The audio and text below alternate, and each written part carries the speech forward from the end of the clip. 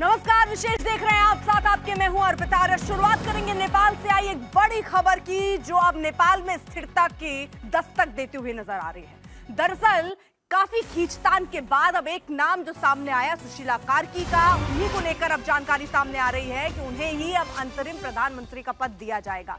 हालांकि प्रधानमंत्री शब्द का इस्तेमाल नहीं किया जा रहा है, उनको अध्यक्ष के तौर पर, अंतरिम अध्यक्ष के तौर पर संबोधित किया जा रहा है। लेकिन फिलहाल आपको बताएं, आज ही इसका ऐलान भी लगभग हो जाएगा और आज ही जानकारी मिल रही है कि रात में करीब 8:30 बजे शपथ भी हो जाएगा। अंतरिम सरकार की प्रमुख बनी है सुशीला कार्की। जो जानकारी मिल रही है, अब इसके संकेत कैसे समझे जाएं कि जो अलग अलग गुट थे, जिनकी अलग अलग चिंताएं थी, मांगे थी, उन सबको मान लिया गया है, सब संतुष्ट हो गए हैं और उसके बाद ये नाम निकला है। अमित भारद्वाज भी हमारे साथ, हमारे सहयोगी मौजूद हैं, प्रणय भी हमारे साथ, हमारे सहयोगी मौजूद हैं और पंकज दास भी हैं। सीधे आपको पहले काठमांडू लिए चलते हैं, पंकज दास से अपडेट ले लेते हैं। पंकज, सबकी सहमति के बाद ये नाम?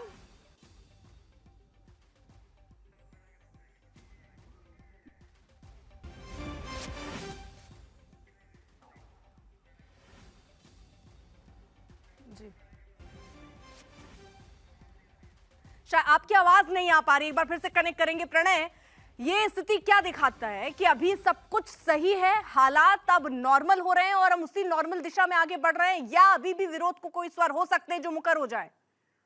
देखिए, काफी विचार विमर्श के बाद में ये नाम तय हुआ है। आपको याद है अर्पिता कि काफी समय से ये नाम चर्चाओं में था। इसको लेकर युवाओं के अंदर भी कम से कम खास तौर पर जो जेन ज़ी के जो प्रदर्शनकारी थे, उनके बीच में भी एक सहमति थी। देखिए, मतभेद के सुर आते रहते हैं जब भी विचार विमर्श की प्रक्रिया चल रही होती है, लेकिन ये एक इसे सकारात्मक नजरिए के तौर पर देखा जाना चाहिए, सकारात्मक इसे डेवलपमेंट के तौर पर देखना जाना चाहिए, क्योंकि सुशीला कार्की वो नाम जिसने केपी शर्मा ओली के कई बड़े फैसलों को पलटा, जिनके खिलाफ अविश्वास महाभियोग प्रस्ताव लाया गया था, जो कि सुप्रीम कोर्ट से इसके ऊपर रोक लगी। नेपाल की पहली महिला प्रधान न्यायाधीश वो रही, और साथ ही वो नेपाल के की जो विविधता है, यानी मधेश के इलाके से, विराटनगर से निकली हुई एक लड़की, एक महिला जो कि नेपाल की प्रधान न्यायाधीश बनती हैं, पहली महिला न्यायाधीश बनती हैं। ये तमाम चीजें नेपाल की जो एकता है, नेपाल के अंदर जो विभिन्न समाज के वर्ग हैं, उनके बीच में जो संवाद है, उसकी भी तरीके से आप कह सकती हैं कि ये उनका प्रतिनिधित्व भी करती हैं। सुशीला कार्की के नाम को लेकर लार्जली सहमति थी ही सही, लेकिन बीच में कुछ ये चर्चा विमर्श चला, कुछ और नामों का भी प्रस्ताव सामने आया, लेकिन इसे आप सकारात्मक कदम इस लिहाज से कह सकती हैं। भारत को लेकर भी अगर हम देखें कि भारत के अंदर उनकी पढ़ाई हुई है, बनारस हिंदू विश्वविद्यालय के अंदर उन्होंने अपनी राजनीतिक विज्ञान के अंदर अपनी शिक्षा हासिल की है। उसके साथ ही लॉ की डिग्री उन्होंने नेपाल से ली है, उसके बाद वो कानून की प्रैक्टिस करती रही, और अब वो प्रधान न्यायाधीश के रहने के बाद अब वो नेपाल की अंतरिम प्रशासक होंगी। हाँ, ये बात जरूर है कि चिंताएं और चुनौतियां बहुत सारी हैं, बहुत सारी चीजों को लेकर होंगी कि किस तरीके से नेपाल को संभाला जाएगा, नया जो संविधान की जो संशोधन है वो कैसे होंगे, साथ ही जो नई शासन व्यवस्था वो चलाएंगी उसमें कौन कौन नाम होंगे, कौन चेहरे होंगे, साथ ही जो नया चुनाव कराने की जिम्मेदारी होगी, जिन बदलावों को लेकर ये सारा प्रदर्शन हुआ था, वो बदलाव कैसे लागू होंगे, ये सारी चीजें होंगी। लेकिन निश्चित रूप से ये सहमति एक बहुत बड़ी राहत इसलिए कही जा सकती है कि ये जितना लंबा चलता है अर्पिता, उतना ज्यादा इस बात की चिंता होती कि नेपाल के अंदर जो मतभेद हैं वो एक बड़े उपद्रव की शक्ल ले सकते हैं। जी, अमित भारद्वाज भी हमारे साथ है। अमित, देखिए, लगातार हम सुन रहे थे अलग अलग गुट हैं, उनकी अलग अलग मांगे हैं, उनकी अलग अलग शर्तें हैं।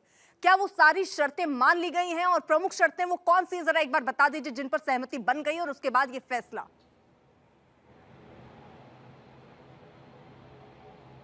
अर्पिता, देखिए, आज मैं लगातार जब जेन ज़ी ग्रुप जो कोऑर्डिनेशन कमेटी बनी है उनसे बात कर रहा था, तो वो लोग कह रहे थे कि देखिए कुछ प्री कंडीशंस हमने एक ड्राफ्ट फ्रेमवर्क बना के दे दिया है, जो प्रेसिडेंट हैं और आर्मी की लीडरशिप है, और ये सारी चीज़ें सुशीला कार्की के सामने भी चर्चा हो चुकी है। एक बार उस पर ग्रीन सिग्नल आ जाने दीजिए, उनका शपथ ग्रहण हो जाने दीजिए, और हम चाहते हैं कि 24 घंटे के अंदर ही शपथ ग्रहण की पूरी प्रक्रिया जल्द से जल्द खत्म कर ली जाए। क्योंकि मैं उनसे बार बार पूछ रहा था कि क्या इसमें समय लगने वाला है 2 से 3 दिन। वो कह रहे थे नहीं, देखिए, कल तक हो जाना चाहिए। यानी कि उनके मन में था कि 24 घंटे के अंदर इसको निपटा लिया जाए, इस पूरी कार्रवाई को निपटा लिया जाए।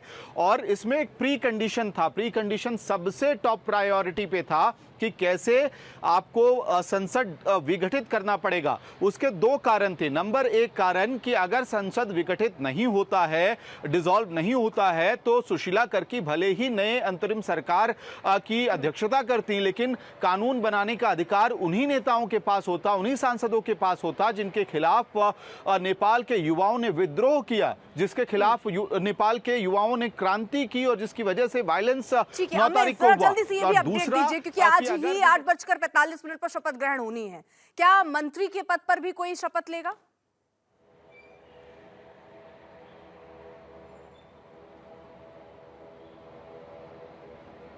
अर्पिता, देखिए फिलहाल जो शपथ ग्रहण होना है वो सुशीला कार्की का ही होना है और उसके बाद एक तस्वीर साफ होगी कि उनका कैबिनेट कैसा दिखाई देगा और उसमें कौन कौन लोग होंगे, क्योंकि इसमें जो मंझे हुए नेता हैं जो ऑलरेडी संसद भवन के अंदर हैं या इलेक्टोरल पॉलिटिक्स में हैं, उनको कम जगह देने की बात जेनजी ग्रुप्स की तरफ से कही जा रही है। उनका कहना है कि हम डोमेन एक्सपर्ट्स पर निर्भर करना चाहेंगे 6 महीने के लिए, ताकि जो नेपाल है उसको बैक टू ट्रैक लाया जाए और फिर फ्रेश इलेक्शंस होता है तो संसद मल्टी पार्टी डेमोक्रेसी है नेपाल में, फ्रेश इलेक्शंस होंगे, जो लोग चुन के आएंगे, जीत के आएंगे चुनाव, वो अपने अपने हिसाब से मंत्री पद तय होगा वहां पे। लेकिन अंतरिम सरकार में सुशीला कार्की को डोमेन एक्सपर्ट्स देने की राय जेनजी रखते हैं। अब देखना यह होगा कि अगले 24 से 48 घंटे में जब कैबिनेट का प्रारूप तैयार होता है तो उसमें कौन लोग होते हैं और किस तरह के डोमेन एक्सपर्ट्स होंगे। जेनजी फिलहाल निश्चित रूप से नहीं चाह रहे हैं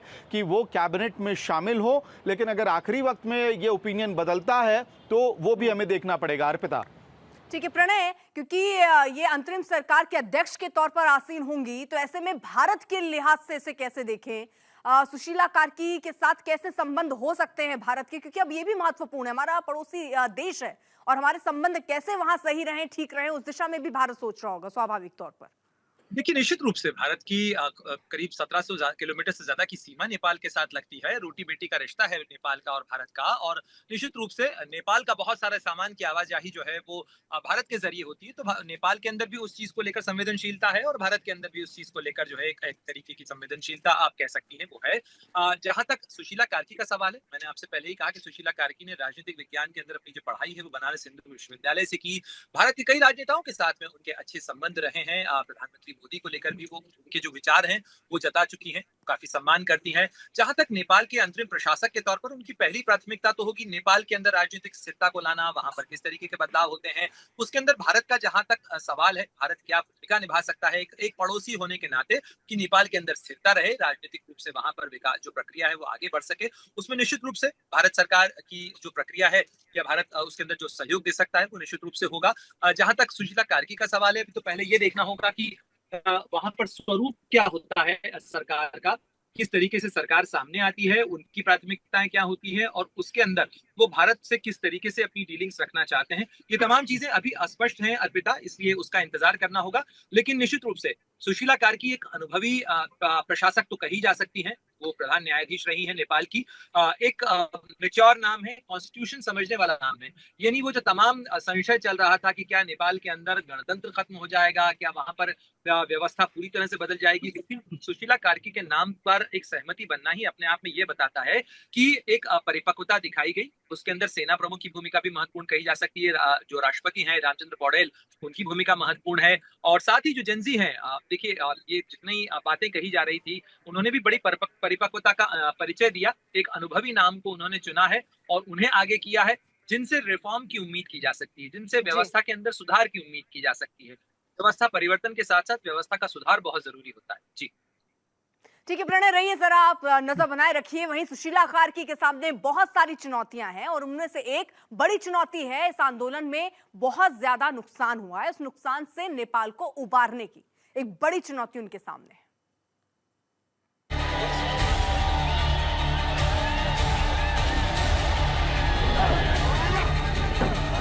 पूरी दुनिया मानकर चल रही है कि इस बार की हिंसा में नेपाल को बहुत ज्यादा नुकसान हुआ।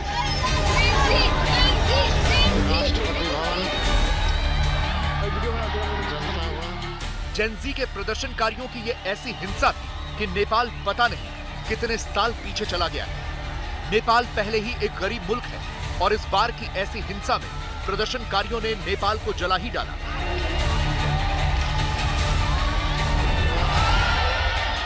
पीएमओ, सुप्रीम कोर्ट, संसद भवन सब कुछ फूंक डाला।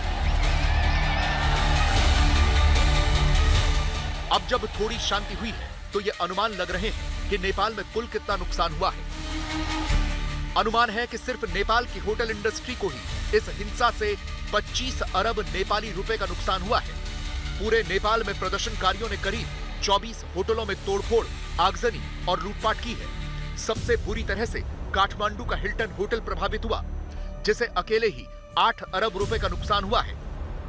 हिल्टन होटल तो प्रदर्शनकारियों ने पूरी तरह से ही बर्बाद कर दिया। इसके अलावा काठमांडू वैली, पोखड़ा, बुटवाल, भैरवा, झापा, विराटनगर, धनगढ़ी जैसे टूरिस्ट प्लेसेस पर बहुत से होटल जलाए गए हैं। नेपाल के होटल एसोसिएशन का कहना है कि इससे 2000 लोगों की नौकरी पर संकट आ खड़ा हुआ है।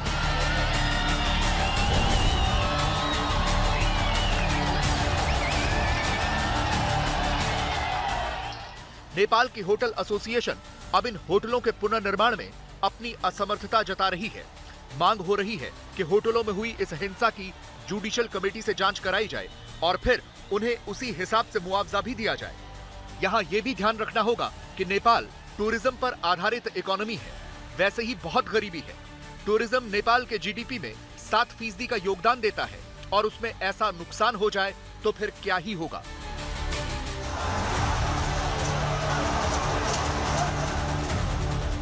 सिर्फ होटलों में ही नहीं, इन प्रदर्शनकारियों ने तो पूरा नेपाल ही जला डाला, कुछ नहीं बख्शा। वीरगंज के मेयर का 3 मंजिला पूरा बंगला ही प्रदर्शनकारियों ने जला दिया। मेयर और उनके परिवार वाले बस किसी तरह से अपनी जान बचाने में कामयाब रहे, नहीं तो देखिए क्या हाल इन्होंने कर दिया था। उन 2 दिनों के बीच में किस तरीके के हालात बने थे जब ज़बरदस्त आगजनी की गई थी। हज़ारों की संख्या में जो आंदोलनकारी थे वो सड़कों पर थे और काठमांडू से लेकर वीरगंज तक। और ये देखिए, हम इस वक्त मेयर के घर के अंदर आ चुके हैं और ये ज़रूर एक बड़ा सा हॉल रहा होगा, लेकिन आज इस हॉल की आप हालत देख सकते हैं किस तरीके के हालात हैं। सब कुछ यहाँ जलकर जो है वो खाक हो चुका है और छत भी देख सकते हैं पूरी तरीके से यहाँ जल चुका है, टूट के बर्बाद हो चुका है और कुछ भी यहाँ नहीं बचा है। और थोड़ा अंदर की तरफ हम आके आपको दिखाते हैं। ये दरअसल ये किचन का एरिया है, ये ग्राउंड फ्लोर पर ही है, ये किचन का एरिया। यहाँ भी देखिए सब कुछ जो है तहस नहस कर दिया गया है। जो ये रेफ्रिजरेटर है, आप देखिए रेफ्रिजरेटर में भी तोड़ फोड़ की गई है। सब कुछ यहाँ पे जो है, यहाँ भी तोड़ फोड़ जो है साफ तौर पर किया गया है। शीशे जो हैं तमाम वो तोड़ दिए गए हैं। और हम आपको अब इस बंगले के प्रथम तल्ले पर यानी फर्स्ट फ्लोर पर भी ले चलेंगे। इस तरफ भी देखिए ये कोई कमरा है, मीटिंग हॉल था बताया जा रहा है। तो मीटिंग हॉल में भी देखिए सब कुछ जो है यहाँ भी तोड़ फोड़ की गई है। सोफ़ा टेबल जो कुछ था वहाँ पे सब कुछ किस तरीके से निशाना बनाया गया।